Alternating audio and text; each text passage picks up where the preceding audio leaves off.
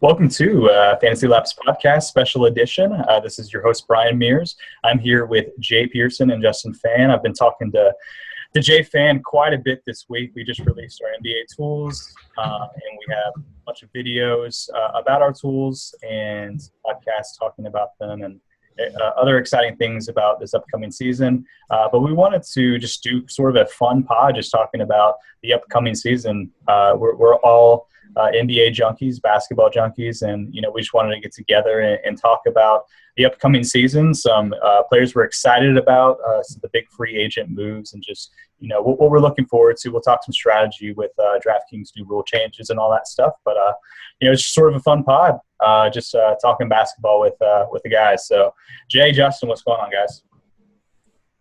How's it going, Brian? It's good to make a reappearance on the pod. I feel like I was sheltered during MLB a bit towards the end. Speaking of it, I can't tell you how nice it is to get out of MLB. I don't know if you guys watched Stranger Things at all, but I felt exactly like Will being trapped in the Upside Down. Now I finally got rescued with opening day NBA just a few days away. So, I can't say how excited I am for the season to start. I hear you. Justin, what's going on? Yeah, speaking of Stranger Things, at the end of MLB season, I was kind of hoping I was Barb there for a little bit. Wanted things to be over, and wanted to, you guys can just take me away and have justice for me this NBA season. So excited to be back and talk some hoops for sure.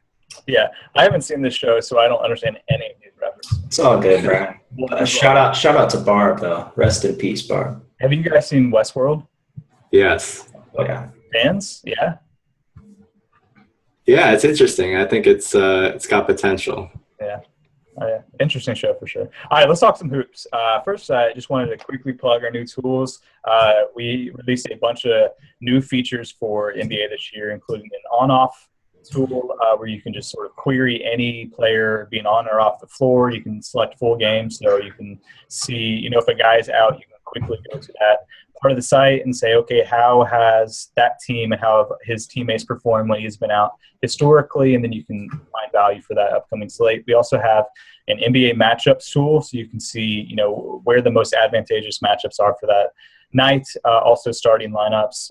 We revamped our player models. We have player pools where you can quickly create a core of players. Just a lot of awesome things. Jay, what are you most excited about with new tools? I haven't talked to you about the new tools yet. I've talked to Justin. I haven't talked to you in months, Brian. So yeah, let's get this out of the way. I think the thing I'm most excited about is like all the conjunction of all the pieces together. I think more than ever, FantasyLabs, the NBA product, is now like a mecca where you can just find everything on one site. You just make a few clicks. Everything's accessible, functional. It's all right there. You can find on-off. On-off, if I had to pick, is probably the one I'm most excited about. Just having that geared towards DFS. We've seen a lot of sites in the past do similar things, but having this work in conjunction with our models and the matchups page, and just having it all right there is definitely what I'm most excited about this season. Just finding that data and information so quickly.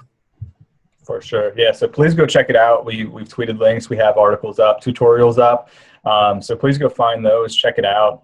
And the on-off tool is free, so please go use it. We have some, our player models and other stuff that require a pro subscription, but we do have free features, new Vegas page, stuff we haven't even gotten into. Is sort of too much to talk about. But, go listen to the pod that Justin and I did when we talked about it, and go check out all the new tools. Let's keep on talking about some hoops.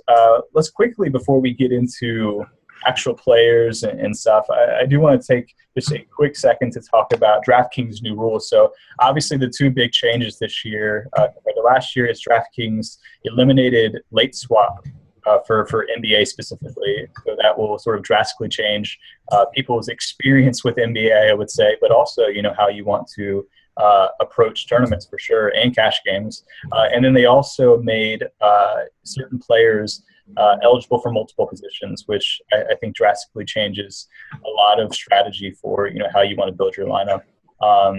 Jay, I'll kick to you first. What were your thoughts on the changes? Did you like them, and what are your thoughts on how potentially strategy will be affected by them? Yeah, I personally like them. I know a lot of people are against getting rid of late swap. The reasoning, I think if you're a pro and you're a shark, I think it's a negative losing late swap. That's a big advantage. So I think for a lot of people, if you didn't utilize late swap a lot, this is a good thing for you. Not to mention you kind of get to take the night off. You get to watch the games in peace until Anthony Davis gets injured or whatever. But you kind of don't have to worry about after lineups lock. And it also puts more of a premium on where you're getting your news from, which I think is going to be one of our biggest strengths this year, is determining which way these questionable players are leaning. So there's more of an emphasis on knowing that that's going to be accurate this season. As far as multi-position eligibility, I think this is something that in the simplest way is if you are a serious player, you want to be a serious player, and you don't mind putting in a little bit of extra work, then lineup construction, then I think this is a big advantage for you, and it's a huge positive. I think anytime you can have more possibilities of creating a lineup is an advantage to you and a disadvantage to people who are a bit lazier. So it makes it more of a skill game, kind of solving the lineup puzzle, if you will, intricately selecting which player goes where, evaluating the entire player pool at shooting guard and at small forward, and kind of finding the scarcity within each position. So overall, I'm fine with the changes. You do lose some advantages, but you gain others. And I think I'm really excited to talk about on these pods multi-position eligibility, because I think it's a huge factor this season. Yeah, Justin, what are your thoughts? Yeah, I'll echo what Jay said. Anytime you have more options in building lineups, and I'm all for that. And I like the aspect too that there's probably going to be less general roster overlap, and I think that's a little better, especially for like the later express slates or the shorter slates where there's 3 or 4 games. To have some diversity in terms of the rosters, given the new rule, I think that's attractive for me, especially because I don't play those shorter slates and the late slates that often, because it's usually, at the higher levels, it's usually a 1-for-1 or a 2-for-2, given the constraints of what was there before. And I'll be more apt to kind of tread, go in those waters and test it out a little bit more often, because I know I can actually have a bigger edge, and it's more about my skill in predicting their performance rather than having to play a player just because there's no better options at that position. Right. Yeah, it is going to provide a big edge for people who really utilize that. That the fact that you can roster guys in different spots. If a guy is really a point guard, but he has multiple eligibility at say point guard and shooting guard, but he's going to dominate the ball. That's going to provide a little more safety than rostering a regular shooting guard who is reliant on catch and shoot things. So we'll talk about all this stuff. It's going to be definitely a big part of our podcast throughout the year, which we're going to do often. It's going to be part of our written content. We'll do some studies on this as well, but it definitely is going to affect strategy and safety and volatility and how you want to construct lineups. And a lot of it, unfortunately, sort of depends on that specific slate, as Jay said. Each slate is different, and it has different values that open up because of injuries and stuff like that. So it's sort of hard to give just general rules on, whether you should always use this guy in this spot. But, we'll definitely make sure that it's a big part of our analysis in our pods. Cool. I think ultimately it's a way to get us to not ever have to roster Dion Waiters on DraftKings, which is always a good thing. Yeah, hey, I'm down. Yeah. I might not ever use a shooting guard this year other than Harden. Yeah, exactly. Devin Booker, man, but we'll save that. Oh yeah, Book. I forgot about Book. It's the truth. All right, so let's get into some actual NBA talk, fellas. We haven't talked shop in quite a while. So what we're going to do here is we're just going to talk, starting off, just about the big changes, the big free agent changes in the NBA this offseason, how they're going to affect the teams, just sort of like usage distribution and our thoughts on that. Then we're going to talk a little preseason, interesting players, just stuff we've noticed over the last month, and then we'll finally finish up with some breakout candidates, some young guys that we think could break out in new roles for their teams, and guys you might want to target early in the year as potential value plays. So let's start with just sort of the big movement. I guess we can start with what's his name, Russell Westbrook's sidekick. What? Durant, is that him? Yeah. Obviously, yeah, that's the biggest one is Durant moving to Golden State. So I'm actually really curious. I've been excited to talk to you about this, Justin, because you're the Bay Area dude, and you are close to this team. So I'm curious your thoughts on usage, because this is really going to be just a huge factor of DFS this year. Is 4 of the top 15 fantasy players, arguably, are all on the same starting lineup. So it's there's a big question of who is going to see usage decrease, who is going to keep the same usage, and because it's going to be hard to price these guys, it's going to be hard to pick them. So this is going to be a big part of DFS. I'm curious your thoughts on the addition of Durant. What's going to do for usage? All right. So general thoughts, I think for this team, the biggest concern for me is just going to be blowout factor and whether these guys see a full complement of minutes. That's really my biggest concern. And going player by player, I think it's really different for each. And for KD, I think there's going to be a real emphasis on getting him involved. He's a new guy. They want to make him feel welcome. I think a really popular action could be Steph setting a screen for KD. And that's going to basically be unstoppable because you can't leave Steph, on those actions. I think KD is going to lead the Warriors in scoring this season. I like him quite a bit because they're going to stagger his minutes similarly to how they did it in OKC. So he's going to come out early and be on the floor anchoring second units for the start of the second quarter, the start of the fourth quarter. So I think he's probably going to be the one that's least susceptible to blowouts, and his minutes are the most secure out of anybody on that team. So I feel really good about KD this season. With Steph, I don't think it changes a ton. I think he's still going to get his. He's going to take a small, hit in usage, but the efficiency and the quality of looks are going to obviously improve. Klay Thompson, I think people are going to overestimate the hit that he's going to take. I think he ranked 125th about in the league last season in touches per game. He was he was second in the league in points per touch among all players who average 20 plus touches per game. So he's extremely efficient already with his touches when he gets them, and given the addition of KD and the effect it has on his offense, he's going to be even more efficient than usual. So I think Klay is going to have those nights where he's going to explode. Probably definitely more of a tournament play for me, but especially with the multi-positional eligibility factor on DraftKings, I don't see cashing him that often being a strategy I'm going to go to, but I think he has explosive upside, in certain situations, especially where teams struggle to defend guys, off screens, that type of play action. I think the guy who takes the biggest hit is Draymond. And I think he's a very dependent guy on rhythm. He needs the ball in his hands a lot to really gather rhythm on his shots. He needs the ball in his hands to rack up those assists. And I just don't see how he is an elite DFS option anymore, given the addition of KD. KD and Steph are really going to dominate the ball, I think. I just don't see Draymond having near the all-around impact that he had last season. So I think of all the big four, I think he's going to take the biggest hit, and he's the guy that I'm probably staying away from the most. Yeah. Jay, what are your thoughts? Any agreements, disagreements?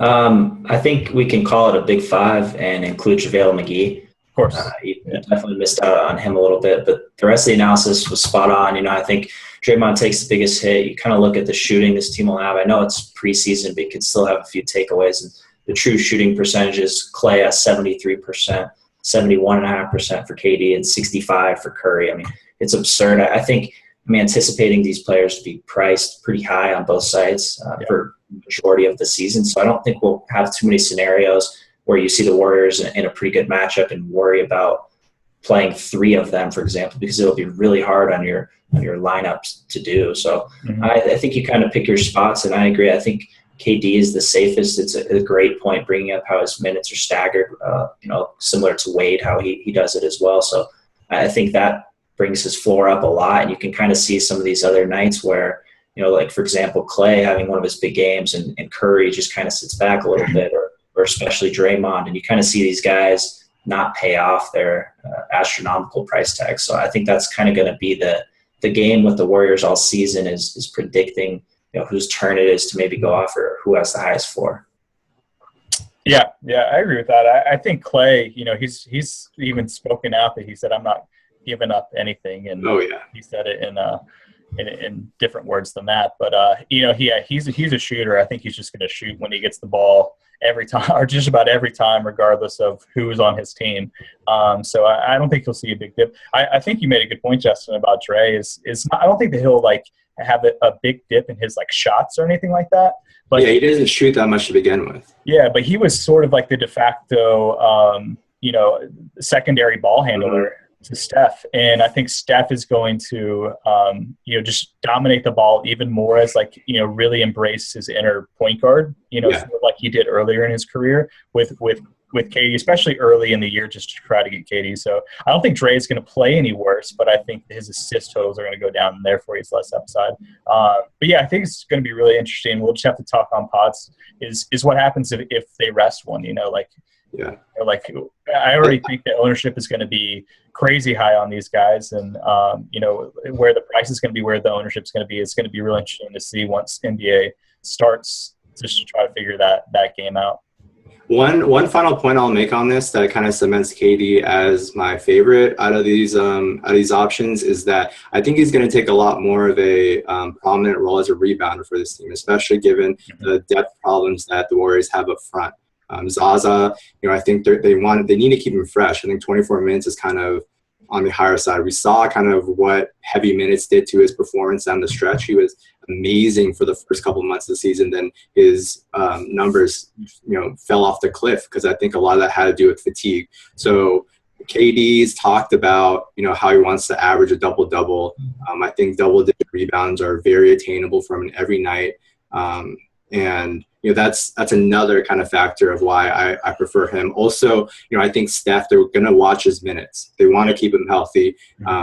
They want to limit his physical contact, especially, how things went in the playoffs last year with his injuries. I think they're going to put a focus on keeping him, fresh and limiting the hits that he takes. So, I'm going to close with that. KD's my favorite out of this group. And, I think a lot of factors in his favor.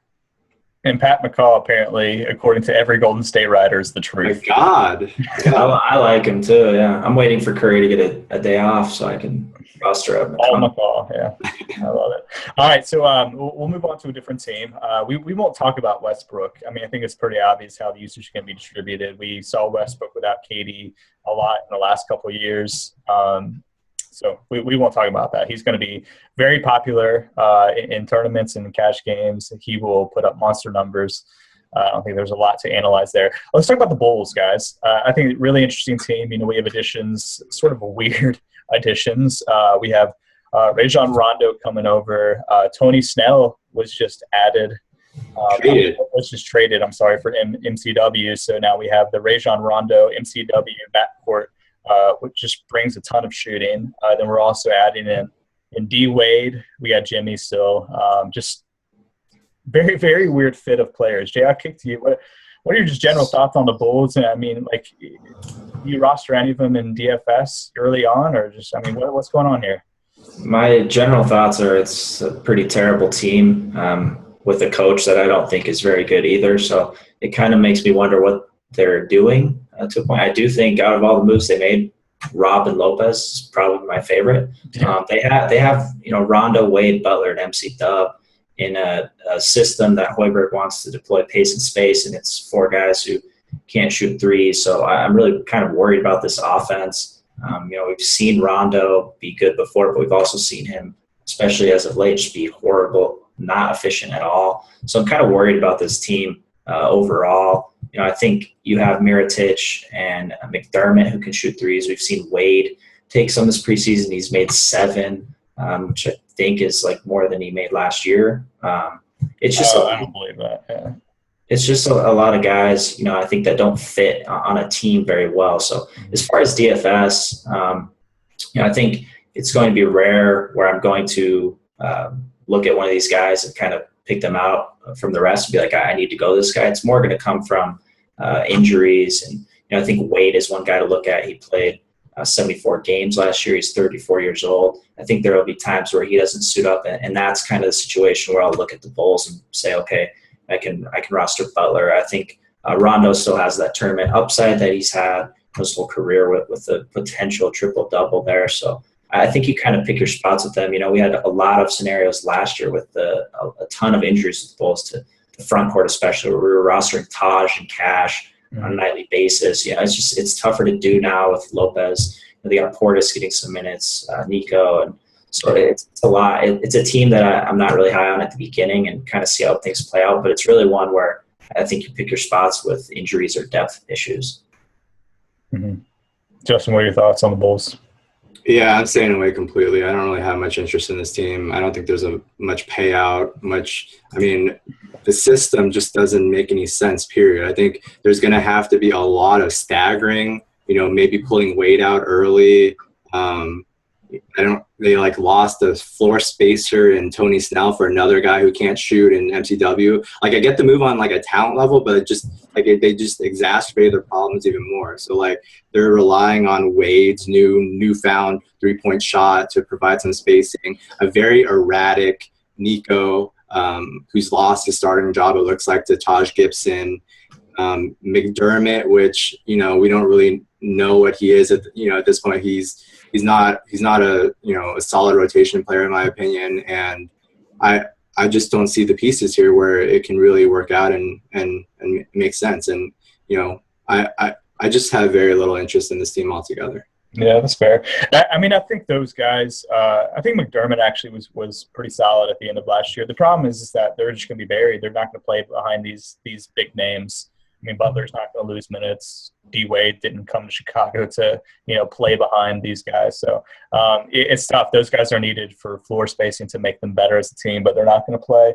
I agree with your point, Jay, on Rondo. He can't get assists if he's not passing to anyone that scores the ball.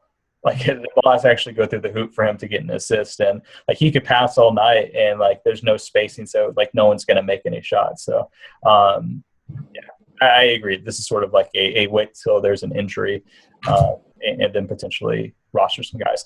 Jay, let's talk about the Rockets. I know this is a team that you are pretty high on and interested in rostering in DFS. Potentially, I think they're going to be the highest paced team. This is going to be a team that's just going to put up crazy numbers on offense. What are your thoughts on them?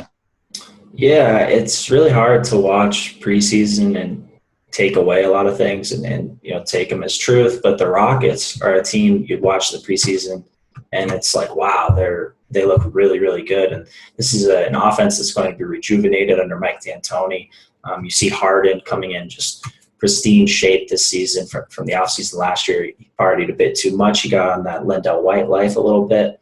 But this is a team overall, I'm really high on. And like I told you before, it's kind of all a waste because they're just going to lose to the Warriors anyways. But for DFS, this is a team I really want to target quite a bit, pick my spots. We have an injury already with Beverly. But Harden this year is someone I'm going to be really high on. I think on FanDuel especially very valuable with the lack of shooting guard depth, especially now. But the Bulls might be a mess. You're not really going to have Jimmy Butler to fall back on, where last year you had that a decent amount due to some injuries. So I think Harden on FanDuel, where you have to start two, is just so optimal a lot. We've seen their pace this preseason. Their scoring. We have Ryan Anderson, Rhino shooting 6.5 threes a game in the preseason, making 43% of them. Harden's averaging 20 points in just 29 minutes. We have Clint Capella, who I like a lot. The main thing with him, I think, to where I'm not comfortable rostering him too much, is his foul trouble. And I think he can get in big trouble there and kind of burn you on nights. So I think you pick your spots with the Rockets, but in games where I'm not worried about individual matchups, I'm liking this team a lot this year. What are your thoughts on Gordon? Yeah, so with the Beverly injury, I think Gordon has his role. But again, he's kind of a guy where he fits a prototype of a player we don't really target too often, and that's just kind of a wing player who scores, doesn't really contribute in other areas. Harden's going to command the ball so much. It's not like Gordon's going to all of a sudden go out and get assists. So it's a spot where I think, it's a tournament play. Just this team's going to get so much scoring. Ariza will have his games like he had last year where he was great value certain times just in the transition. So I think Gordon can have those big games, but it's a guy I'm not looking to consistently because of his lack of statistics in other areas. Yeah. I think Gordon was actually probably going to start or should have started even if Pat Beverly was healthy. I was less interested in Gordon as a play and more just interested that I think it actually bumps up Harden. That he has another floor spacer, another guy he can get some assists with. And Point Harden, I think, is just going to be a guy who's going to get fantasy points from it just a lot of different ways. So he's going to provide a lot of safety with massive upside. And obviously, this is probably a team that we want to target on offense, and we also want to target players against them. Justin, you got any thoughts on the Rockets? Yeah, I was just about to make that point. I think this is a game stack scenario for sure. As much as we're going to talk about their offense, their defense is obviously going to be a lot worse. I think you look at this roster, they really lack, defense at pretty much, at least 3 positions, if not 4 at some time. So, a guy we didn't really mention too much is Trevor Ariza. And I think, he's a guy who I'm intrigued by a little bit. Shot 37% from 3 last year. He does offer that little diversity in his line that we lack from Eric Gordon. Especially with those steals. And I think we're going to see a little bit of Ariza at the power forward as well. But they're talking about Montrezl Harrell being in that center mix along with Capella and Nene. And I love Ariza at the 4.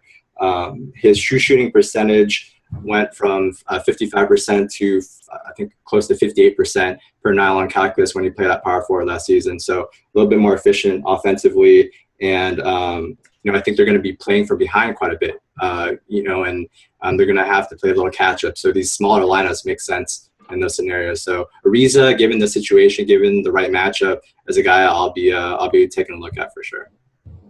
Yeah, I like that call. I thought it was interesting. Ariza sort of has this reputation as a good defender. And one of the things that stood out to me last year was that a lot of people avoided taking boards against Ariza. And he was awful defensively last year. Yeah. He fell off a cliff. I don't know if that was just because of the mess that was the Rockets team last year or whether he's just getting older and lost his step. But he was pretty terrible on defense. But the discrepancy of people owning small forwards against him and the opponent plus minus that he was allowing was huge. It was just such a value to take guys against the Rockets, especially him. So I think it was a combination of age. I think he's 30 now, and then he played a ton of minutes. I think he played 3,000 minutes, was 4th in the league in minutes too. So that's on the flip side of continuing my point. The minutes too are something that I like there as well. I think a guy who's been getting a little buzz this preseason is KJ McDaniels.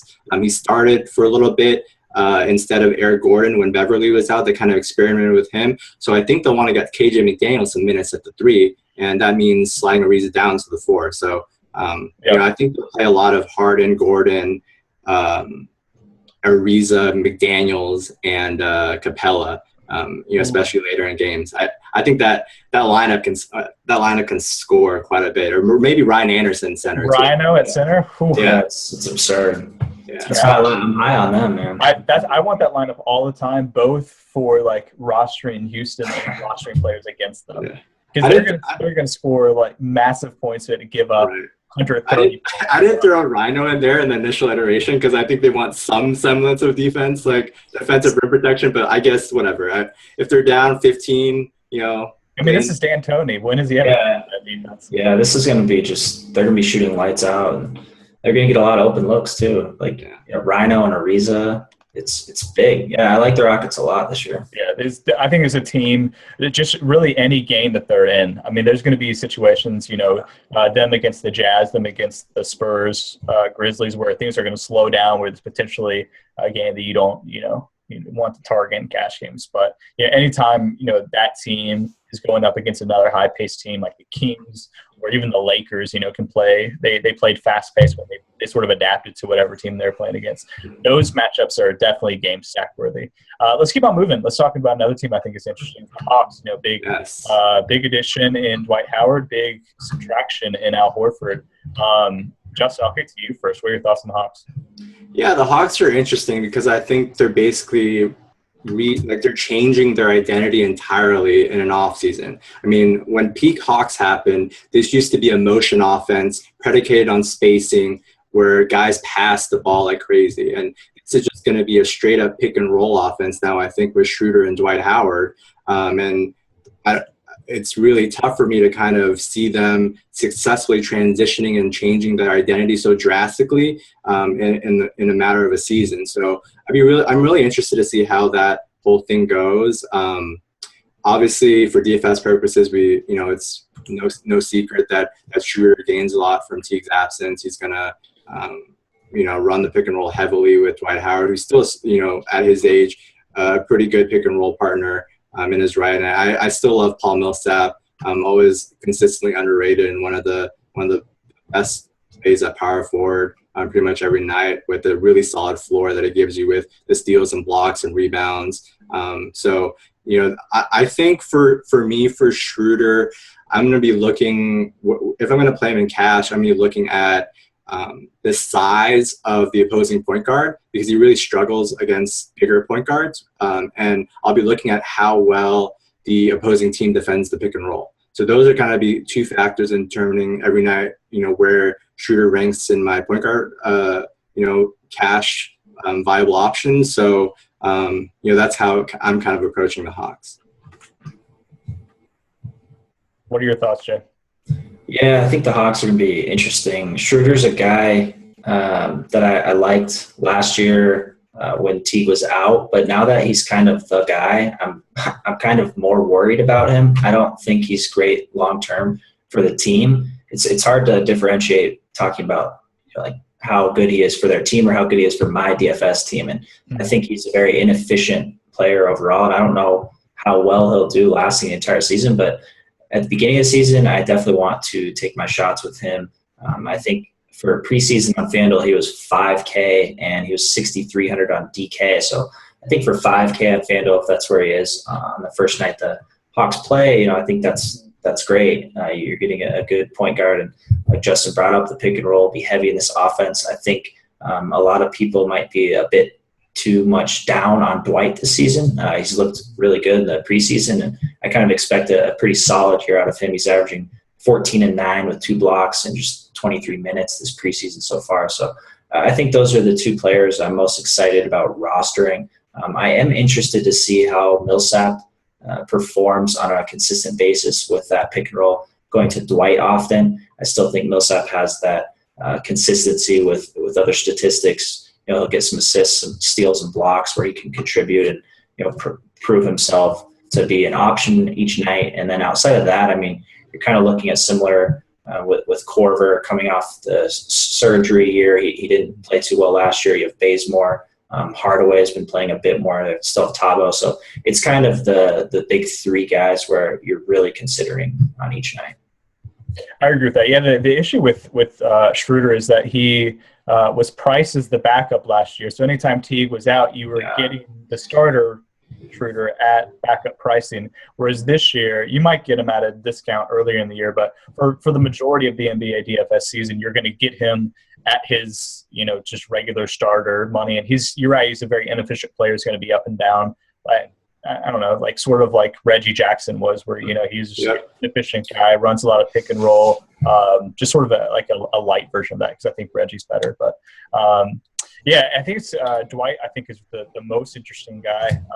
Atlanta has been for the last several years like the worst rebounding team in the league, just awful. And Dwight, it's not like he had crazy rebounders, that he had to battle with against Houston, but Capella's a pretty good rebounder. He had some guys that could get rebounds, and he's going to be pretty much the only rebounder for Atlanta. So you might see some like 15, 18 rebound nights for Dwight, where those are the nights, like when you have those guys, you guys go off for like a 20-20 night, like a DeAndre Jordan or a Andre Drummond does sometimes. I think Dwight has that upside in tournaments, and I think he's going to be a really interesting guy that people are sleeping on because they just think that he's lost it. Yeah, and especially on DraftKings with that double-double bonus. Dwight's a guy, he was underpriced a lot last year, and if he's a guy who's underpriced, I'm not really going to hesitate playing him at the center position if he's like all centers were underpriced on DraftKings. That's true. There were a lot. Yeah, you're right. But the value of that double-double, especially for a guy like Dwight in this offense, I think is huge. And that's something I think a lot of people might overlook. Yeah, for sure. Okay, well, let's keep on moving. I don't think really there's, I think there's a lot of other big moves. We have Derrick Rose at the Knicks. We have Chandler Parsons going to the Grizzlies. The Heat obviously are going to be very different. The Bucks without Middleton. There's just a lot of moves. But I think one team that, I think we should probably talk about just quickly before we move on to talking about preseason and just some breakout stars is the Pacers, because they're probably the most drastic change in their starting lineup with the additions of Jeff Teague, Al Jefferson, Thad Young, and the losing George Hill. Really all the Hills. They lost all the Hills. Jordan Hill, Solomon Hill, and Jan Mahimi. So obviously just a drastically different team. Justin, do you have any thoughts on the Pacers? I know that I don't think any of us are really Jeff Teague truthers, so I'm curious your thoughts on what this offense is going to look like. Yeah, I don't know. I think Larry Bird and that front office is just looking around the league. They're saying everybody else is playing fast, so we got to play fast too. And we might not have the personnel, but we're still going to do it anyways. And we're going to sign Al Jefferson too. Okay, and Aaron Brooks. Yeah, right. It's weird, man. In terms of this team, Paul George and another guy I'll mention later, Miles Turner, are really the only guys I'm going to be targeting on on this team. I don't know. It's just kind of going to be a little hit and miss for me. And Teague isn't the guy I targeted anyways, really, in Atlanta. I don't see that changing that much in Indiana either. So, well, PG, and I'll get into Turner later. Yeah, I mean, I'm a little worried about George just because, he played with a point guard for years in George Hill that didn't require the ball at all. I mean, that's sort of why that was George's selling point to a lot of teams and why he's such a good fit on Utah is because Utah also has a ball-dominant wing in Gordon Hayward who sort of creates the offense. He's sort of the de facto point guard on the wing, and George Hill is just a really good defender, a guy who can spot up and knock down a shot, and he sort of fit perfectly with PG. And now he's got a guy who absolutely needs the ball. He has to dominate the ball, dribble the heck out of it, and run all these dumb pick and rolls that don't go anywhere in Teague. So, I mean, are you worried about PG at all, Jay?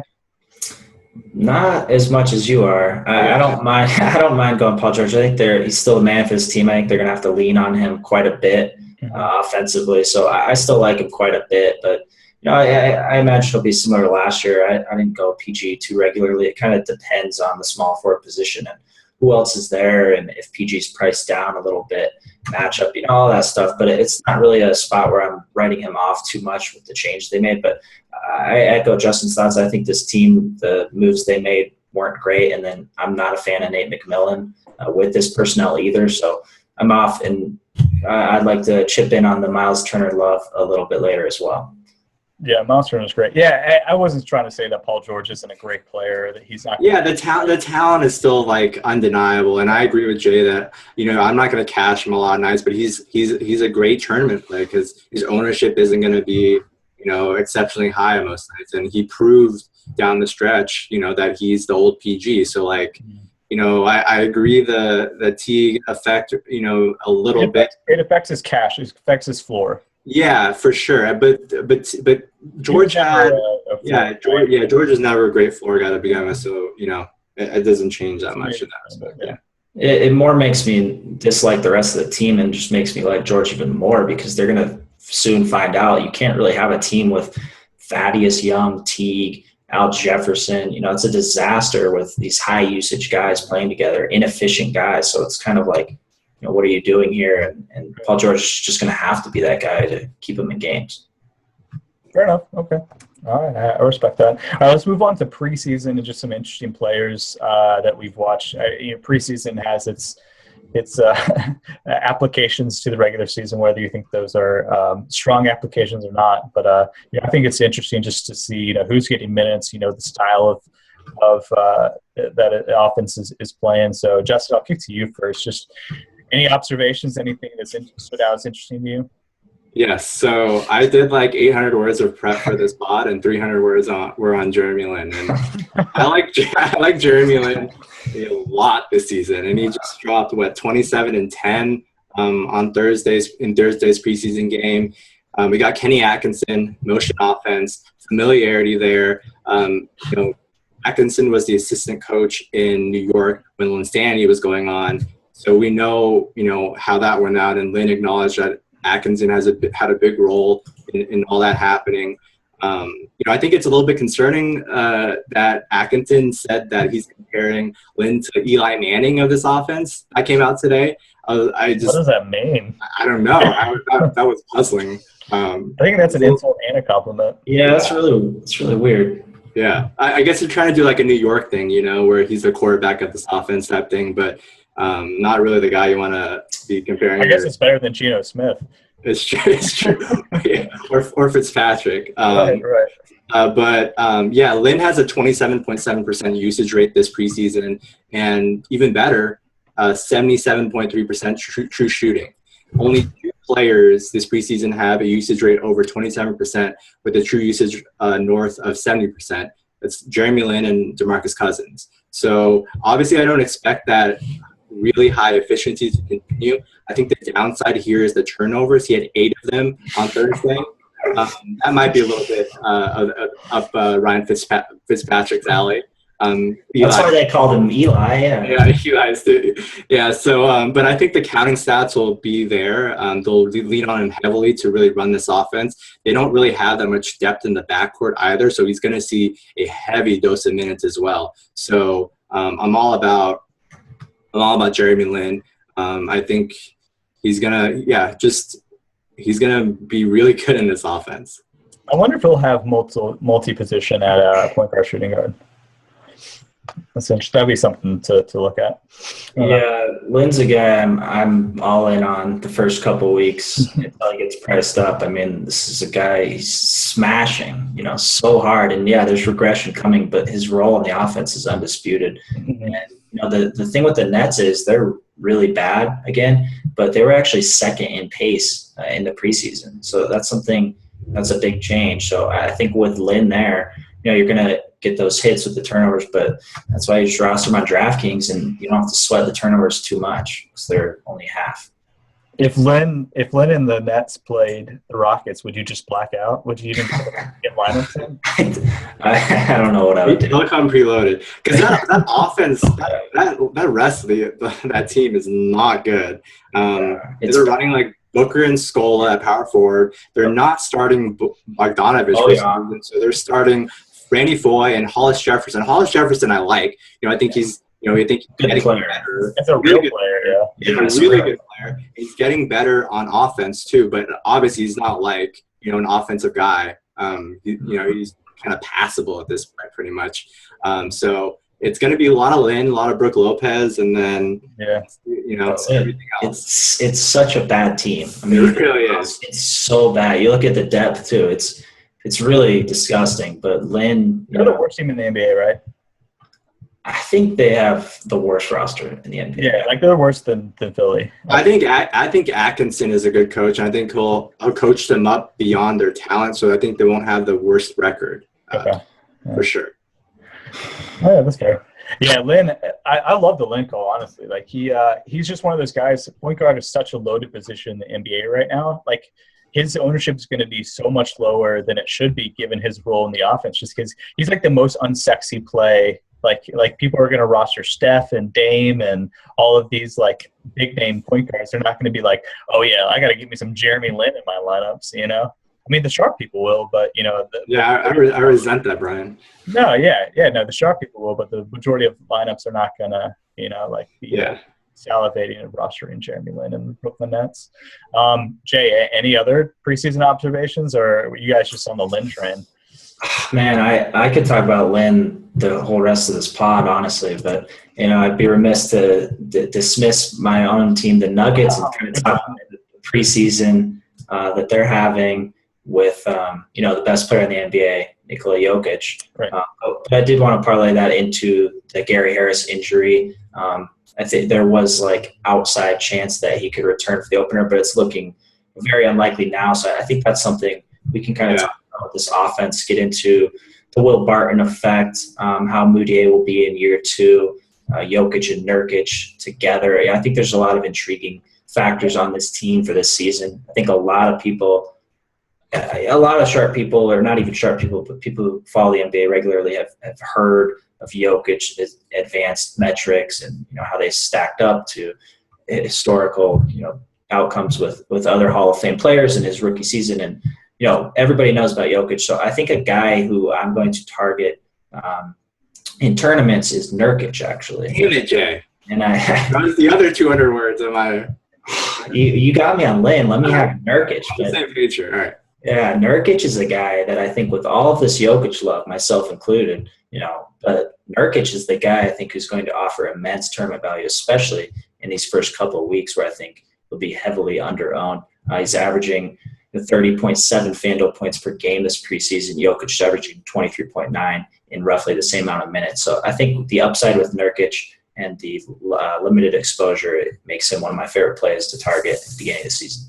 So what I like about Nurkic too is that he really came on strong at the end of last season, and a lot of the slowness in his start had to do with he had off-season surgery to repair his patella tendon heading into that year, so he wasn't physically right. So we're kind of seeing him bound back into form. He's only 22, averaged 17 and 12 per 36 last season, 2.5 assists, 2.9 blocks, 1.6 steals. So I like me some Nurkic, especially on DraftKings with that double-double bonus. He's been averaging a double-double in 25 minutes, I think, in preseason so far. So I think Nurkic is definitely overlooked, playing alongside Jokic. Yeah, I know none of us are interested in Kenneth Faried as a DFS. No. But what do you think how do you think he's going to affect this front court, just minutes-wise, Justin? I think they weren't really going to him that much down the stretch. He didn't start. I think they were playing Darrell Arthur and Joff Laverne too.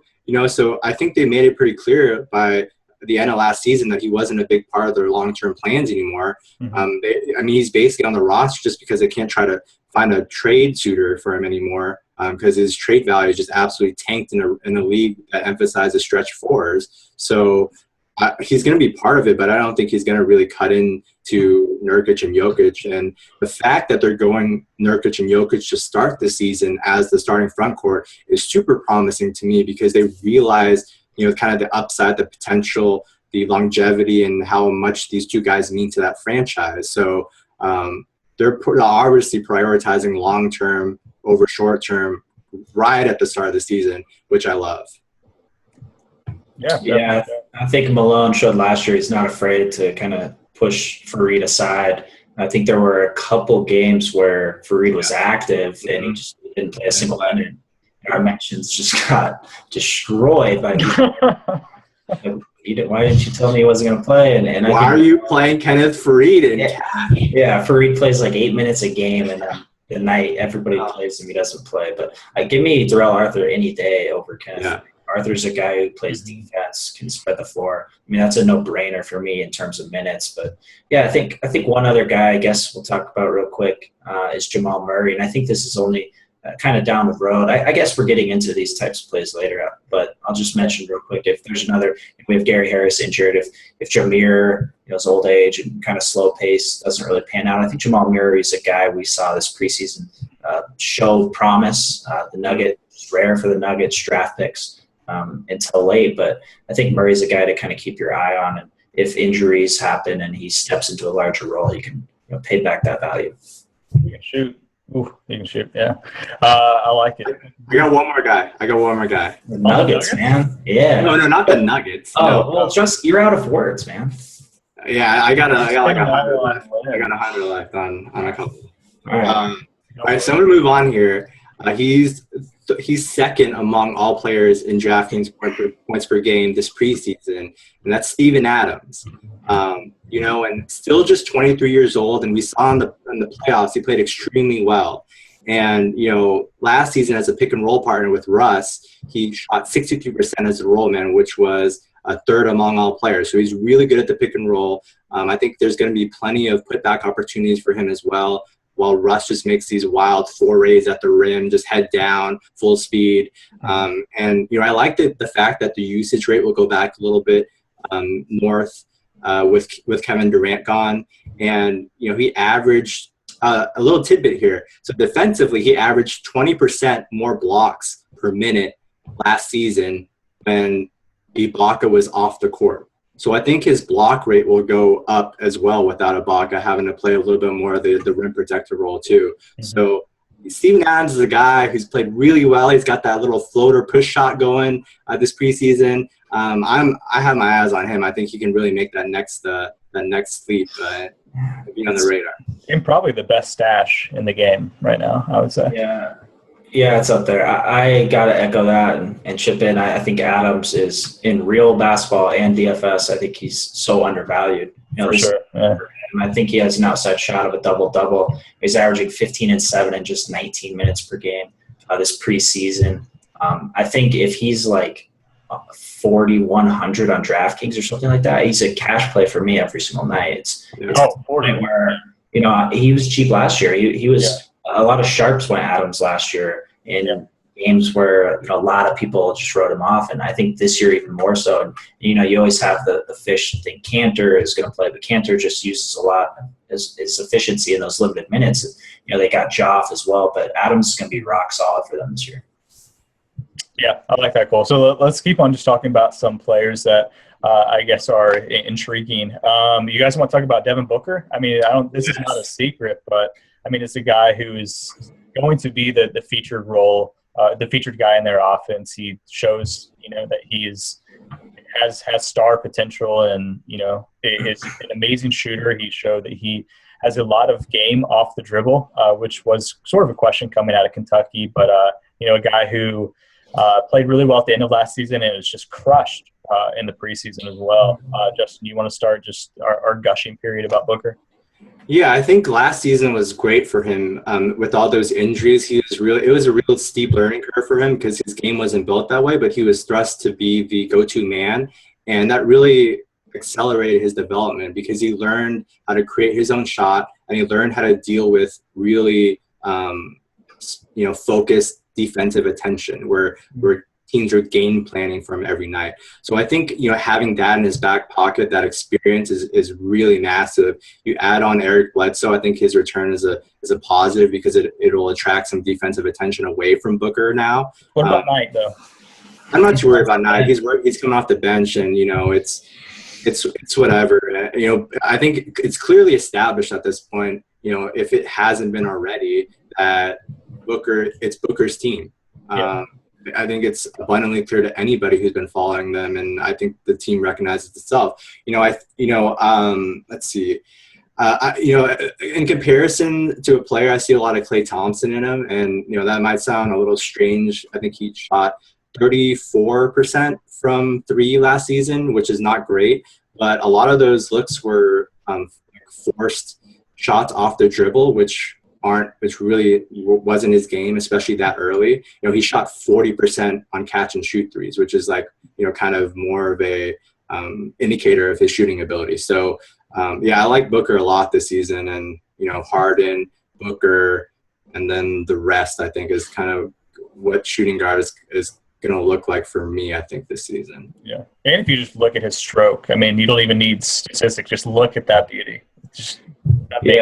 He's such a pure scorer, and shout out to Earl Watson for putting Knight on the bench, a guy who starts at every level, and a guy who started like 98% of his career games. And Earl Watson's comfortable putting him on his bench, and I agree it speaks volumes on the transformation of Booker after that rookie season, just kind of exploding. And you see him in the preseason, 21 points in 25 minutes per game. So I don't think it's going to slow down. I think the only fear now is that he'll get priced up, and then with no injuries, at least as of now, to this backcourt, I can see spots where he might let you down in terms of what you're paying. So in that regard, I think it's not going to be like last year where I found myself rostering Booker all the time because he was so safe. I think there's just a bit more downside. I'm not too worried about his efficiency and his growth as a player, but as far as on my DFS team, I'm a little bit worried. I mean, for all Knight's off the bench, but Knight's still a guy. I mean, he got demoted to the bench. He can still ruin this team, and they have players who aren't great, real basketball players, and that might kind of cut into Booker's value for us. But all in all, at the shooting guard position, he's one of the top options. Yeah, I'm a little concerned about the shooting for the Suns. I mean, it's not like they were a great shooting team last year, but they had some like at least respectable guys and like John Lure. I mean, Teletovic. I mean, I know these aren't like great household names, but like they at least like kept the lane semi-open for Booker. I mean, they did add Dudley, which I think is a good floor spacer, and they're I think T.J. Warren's getting better, and PJ Tucker can still space it a little bit. I think they'll have enough to not be like Chicago or something where space goes to die. Yeah. I think we can move on. I think. We're forgetting my favorite player on this team. Booker's getting all this hype, but Marquise Chris is the real guy. Crushing preseason. He's looked insane at times, filling the stat sheet. He's hitting threes, averaging over a steal and a block, 13.5 points, 6 rebounds. He's 19 years old. I think they hit the jackpot with Marquise Chris, and I hope for a day where they are depleted enough to where I can cash Marquise Chris. Wow. Yeah. They might get there. They've had some bad injuries over the last little bit. All right, let's just talk about a couple more guys, and then we'll wrap it up. Very interesting. I'll throw out one guy, and obviously we'll have to talk about Joel Embiid at some point, just because Embiid, everyone talks about Embiid. One guy that's really interesting to me on the Bucks, especially with Middleton going out. I thought he was going to have a breakout year anyway, but I think that might even be accelerated. Is Jabari?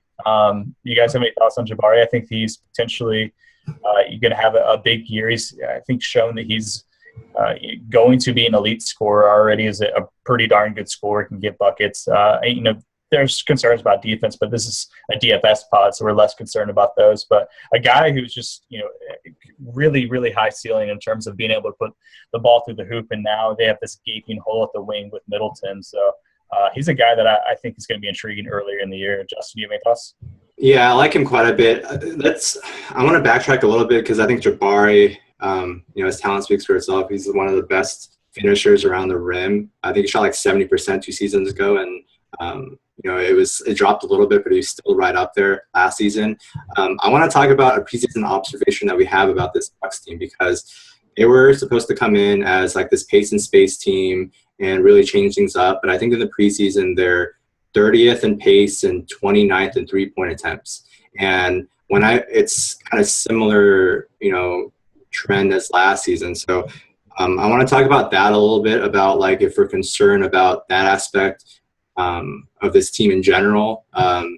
They added Dellavedova, Giannis, Mirza.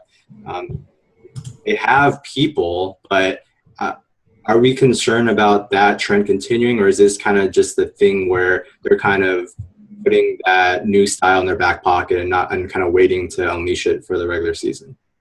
I think the Middleton injury was the most significant injury out of any team. It's the absolute worst case scenario for this Bucks team. He's arguably their most valuable player to go down in terms of what this offense is trying to accomplish. So, yeah, I think it's huge for them, and it makes me kind of get off. It's unfortunate because you look at Giannis and Jabari this preseason even, and just the growth they've showed in the last year, and you're all over them. But now with Middleton out, I don't think people understand how big that is for this offense. And you're right, 30th in the league in pace. And I thought, Brian, you were going to say Dellavedova at the beginning. I was going to walk the pod, but like they just traded for Tony Snell, and they're going to start him. Delly. I never shot Vaughn though, to be honest.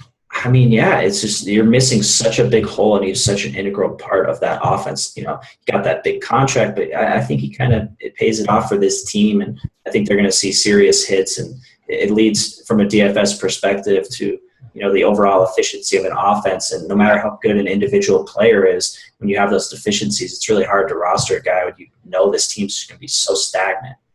I'm coming in just skeptical of this team. I want to see it first. I don't think I'm going to get anywhere near Jabari and Cash. You can obviously talk into Giannis. I think he's kind of the one that's most, we'll say, less susceptible to this whole thing. I think just given his responsibilities, his load, I'm good with him. But with Jabari, I think I'm going to wait until I kind of see how this offense looks. I think I'm a little higher on Jabari. I think he's going to have similar safety because, there's going to be no one other than Giannis that can handle the ball.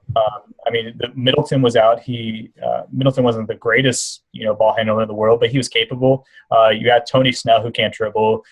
You have Plumlee, who I think is going to start over Monroe. So Jabari's not going to lose touches to Monroe, where they have to just post up and get out of the way.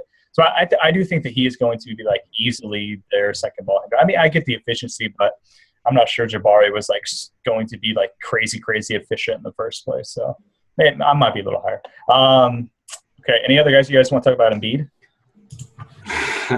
We want to talk about Embiid? I think it's interesting, even more so than what you think is going to do is everyone wants to roster this guy, You can't though, because he's not playing 20 to 24 minutes. And he's not playing back-to-backs. Okay, I'll say this. He's been smashing preseason in terms of usage. His post moves have been pretty advanced. And we see that he's very prominently featured when he's on the floor.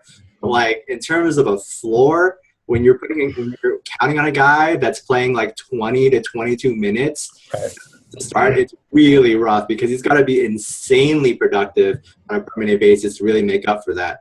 Boban efficient, yeah. Don't get carried away, Brian. But yeah, you can't really roster him. It's unfortunate. But people are going to, is my point. Sure. Yeah, it's the minutes cap, and there's nothing more to it than that. It's just that's it. I think we can talk about him maybe when that cap, might get, gone. But yeah, no back-to-backs, 20 to 24 minutes. It doesn't matter how good he's looking now. I think, and then this team's just it's going to be so bad. Fair enough. I got 50 words left here. Okay. Used all of them left. I got Miles Turner, and that's the guy. That's the last guy I want to go out on. Another guy who I want to highlight the difference in his stats positionally. At power forward last year, he had a PR of 11.3. That moved from 11.3 to 20.1 when he was a center. At center, true shooting percentage improved by 9%. At center, he averaged 18 and 9 with 2.6 blocks per 36 last year. So I like the move to center. I think it's going to be a little bit more challenging physically for him. Maybe a little bit more risk of foul trouble having to defend bigger guys. But, you talk about the ceiling here when things are clicking. I don't think there's it's really nice. What he can do on a permanent basis. And we talked about this earlier with stylistically with them wanting to play up tempo a little bit more. You had kind of the lumbering post game of Al Jefferson. I don't see him taking a lot of minutes from Miles Turner. So I think Turner this year is going to be really nice and a guy I'm going to look at quite a bit. 20 years old, baby. Yep. He's one of my favorite players to see the growth in this year. Yeah, he's good. He's got that rare unicorn skill of being able to shoot threes and also defend the rim at an elite level. So, guys, exciting from the DFS perspective and a real life perspective. Okay, any other last guys you want to talk about? JJ Hickson, maybe. Is only if he starts, man. I assume he's going to start, right? Yeah, of course. Yeah. I don't know. There's a lot of interesting. I think we tackled some of the main ones. I think the whole point is to kind of get a jump on some of these guys, right? Starting to overperform and get them at discounts early in the season. The whole thing with the first couple weeks of there are a few things, but one of the main things with first couple weeks of NBA DFS is that you might get these guys at severely low ownership, and that's big for ROI and for the season.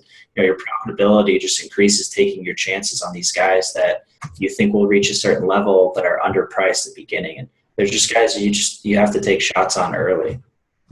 Out of the guys we talked about, I think my favorite under the radar guy is Steven Adams. I think I agree. I completely agree. He doesn't have the brand name, and people are just going to keep sleeping on him because it's like Steven Adams. I'd rather go up and pay for Drummond or something, or chase Dwight if he's looking good on DK.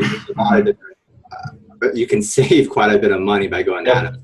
Adams gets you Boogie on DK, and that's a wrap. Yeah. People either pay up for like Boogie or whatever, or like just punt it. It's like sort of like tight end. I feel like similar. It's like people just sort of, it's like the last position you fill in. You're like, oh crap, yeah, I need a center. Who fits? Okay, yeah. So, JJ Hickson. JJ Hickson. But I got check he's starting. Let me tweet Jay 7 times. Yeah. Cool. Unless you guys have any more guys you want to talk about, any last thoughts, well, I guess we get into there. I think I'm good, man. I mean, do we want to talk? Are there any other rookies we're missing? I mean, we saw Buddy Hield lose his starting position tonight. Yeah, I mean, I don't think any of these guys are going to play right away. So right, I mean, I agree. Simmons is injured. I mean, Chris Dunn, it was a summer league superstar, but he's not going to start over Rubio. Right. Murray's not going to start. I mean, all these guys, the Suns guys, aren't going to play. Yeah, Marquise, Jaylen Brown's looked good, but again, it's minutes. I think the only guy that might start is Sabonis. In OKC. Yeah, but he's iffy. I'm just talking about guys who can, at least get some minutes right away. Brandon Ingram, not really. Yeah. Brandon Ingram will play, but yeah, he might be really inefficient. Yeah, that's the problem. Right. Yeah, I mean, none of these guys. I mean, there's some like second-year guys or third-year guys. We talked about already. Oh, yeah. Levine, I think, is interesting. I don't know. They can go rich. It's definitely the year of the young dudes, both DFS wise and real wise. I mean, they're taking over. We pretty like everybody we mentioned even was really young. We mentioned 20-year-olds, 21, 22. They're just going to smash the season.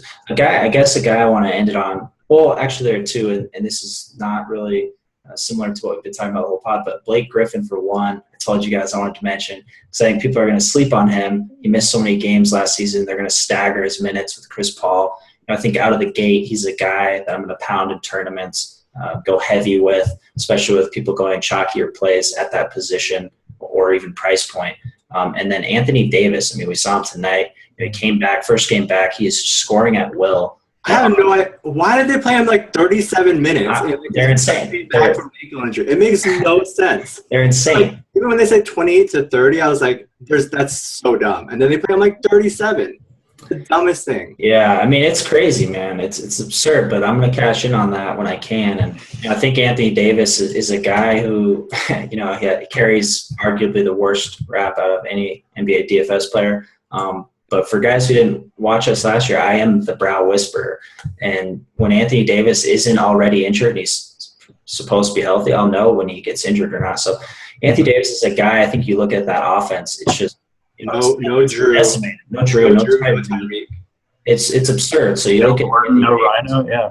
I think he has more points than minutes this preseason. I lost track when he was scoring so quickly tonight, but it's a team that I think you look at and it's terrible. And you just look at Anthony Davis. The thing that really hit me was researching, Buddy Hield, a guy I wasn't too high on, and them talking about his upside with his experience, blah, blah, playing for that long. He's 22 years old. Anthony Davis is only 9 months older than Buddy Hield.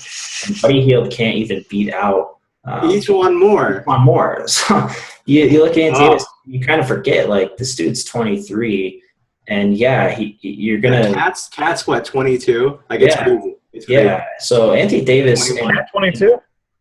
Cat's 21, I think. Yeah, he's got to be younger than that. Yeah. 21. Yeah, because I said 21 and younger on the last pod, and he was one of the guys I mentioned. So. Yeah, but Anthony Davis and Blake are two guys kind of contrarians. The rest of this pod, we're looking at guys coming up. But I think a lot of other people will be looking at these guys too. And that is 20. Shock early in the season. Jesus. Yeah, it's absurd. Miles Turner's 20.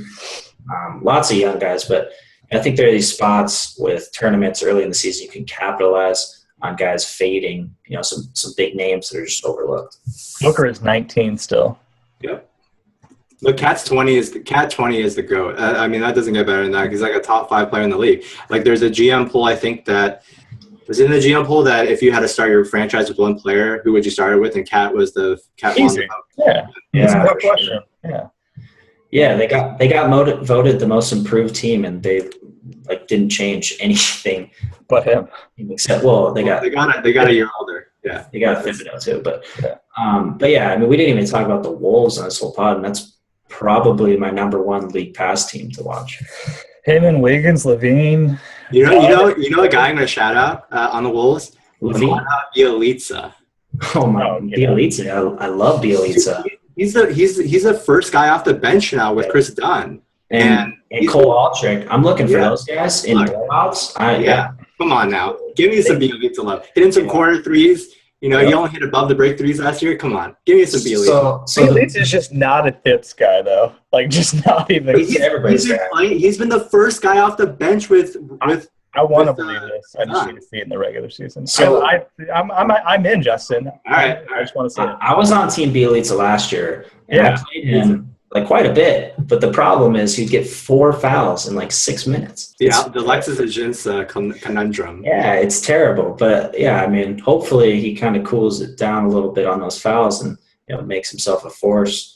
But yeah, I like the second unit of that team. Yeah, really, I'm just high on that team overall. But Zach LaVine's another guy I think played out of position a lot last year when he switched to shooting guard after the All-Star break. 27 starts, he averaged 17 points. Shot 48% from the field, 45% from 3 in 27 games at the 2. So he's a guy, I think has a big opportunity to put up big numbers in this offense. And I think Thibs with this will bring defense team pretty high on the Wolves overall. Yeah, I mean, they have 4 potential All-Stars on their roster. It's ridiculous. To go along with your Brow and Blake Griffin point, I think Cat's at the position now, and he's going to be like pretty popular. I would imagine. So hugely popular. Yeah, him and Boogie even more. Well, that was my point. Is that I want guys that are low owned. So I know. I'm trying to. But yeah, Cat's like, he's a beast. He's something to look at almost every night. Yeah, those guys are going to be really interesting. Those are guys that we're going to focus on a lot. Cat is a guy that we probably won't talk about as much as we should just because he's obvious. Like, play him. Like, he's Cat. But yeah, I think those are going to be interesting guys to talk about on the pod. The Blake Griffins, the